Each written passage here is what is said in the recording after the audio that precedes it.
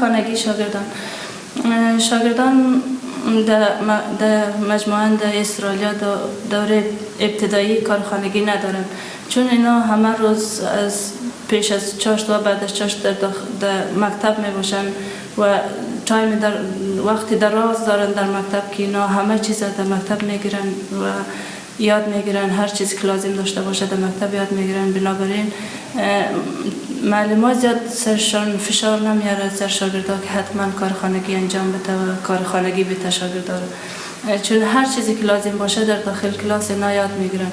اما شاگردان یک روزانه یک کتاب یا دو کتاب از مکتب به خانه میاره و شما شاگردان تشویق کنین که بچه هایتان تشویق کنین که یعنی کتاب خود هر قدر که میتونه یا 2 ورق 3 ورق یا کل کتاب اگر کتاب خردتر بود بخونه و دوباره بر شما بگویه که چی خوانده، مثلا چی فهمیده از کتاب، چیزی را خوانده دوباره بر شما بازگو کنه.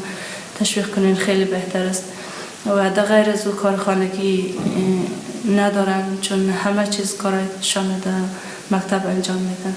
تشکر از توجه شما و موفق باشید. امیدوارم که بچه هایتان موفق باشید. تشکر.